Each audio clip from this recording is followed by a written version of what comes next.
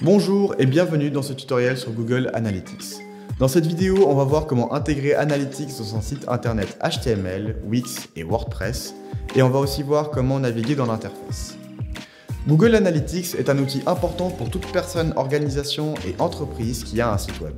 Il permet de récolter des données sur l'audience et son comportement qui sont critiques au bon développement d'une campagne marketing. Mais avant de pouvoir analyser des données, il faut les récolter.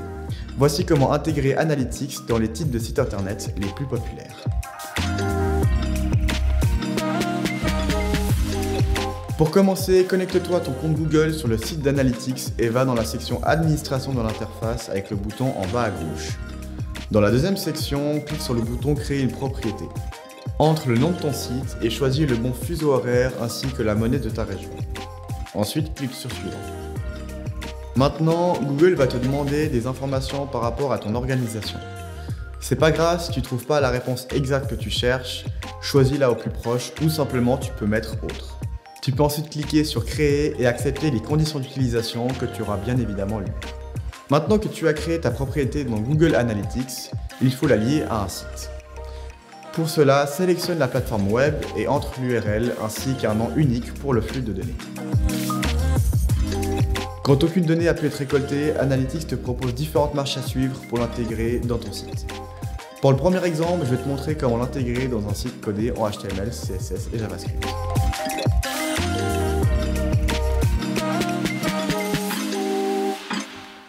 Intégrer Google Analytics dans un site codé en HTML, c'est très simple.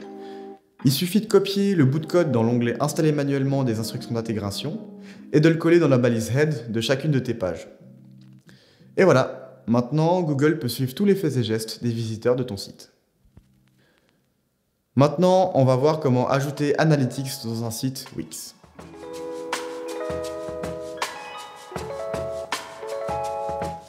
Pour ça, je te donne rendez-vous dans l'interface administrateur de ton site. Dans le menu à gauche, va dans la section Marketing et Référencement et sélectionne Intégration Marketing.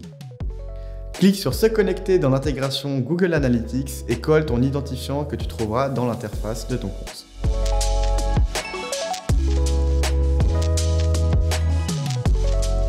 Pour WordPress, le processus ressemble beaucoup à Wix avec quelques étapes en plus à la fin. Va dans ton interface WordPress et ajoute un plugin. Cherche l'extension SiteKit, installe-la et active-la. Une fois activée, tu devrais voir une nouvelle section SiteKit apparaître dans le bandeau à gauche. Clique dessus et connecte-toi avec ton compte Google. Autorise l'accès aux données de ton compte et clique sur Ajouter. Maintenant qu'on a configuré l'extension, on va ajouter Analytics. Pour ça, retourne dans la section de l'extension à gauche et sélectionne le tableau de bord. Clique sur Connecter un service, connecte-toi avec le même compte Google qu'avant et accorde les autorisations supplémentaires. Sélectionne la bonne propriété et clique sur Configurer Analytics. Voilà. Maintenant que tu as configuré Analytics sur ton site et que tu commences à récolter des données, on va passer en revue l'interface.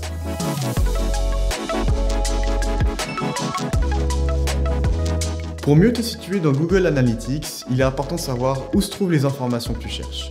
Une fois que tu as compris ça, ça devient très intuitif. On peut simplifier les données de cette façon. Qui sont tes utilisateurs? C'est dans l'onglet Audience. Comment ils sont arrivés là? C'est l'acquisition. Et quoi ou qu'est-ce qu'ils font? C'est le comportement.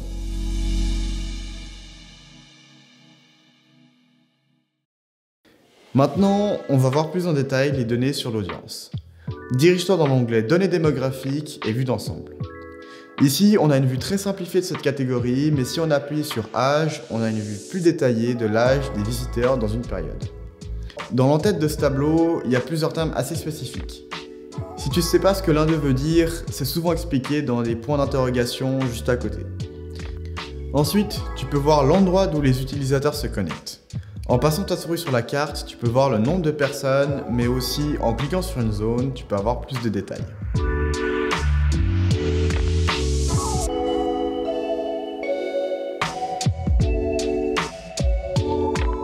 Maintenant qu'on a vu l'audience, on va passer à l'acquisition.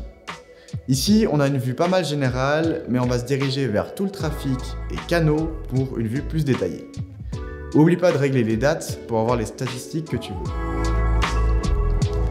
Dans Direct, c'est les personnes qui sont venues directement sur ton site. Paid Search, c'est les annonces dans le moteur de recherche.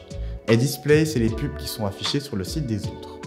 Si tu vois des mots écrits en bleu, c'est que tu peux cliquer dessus pour avoir plus de détails.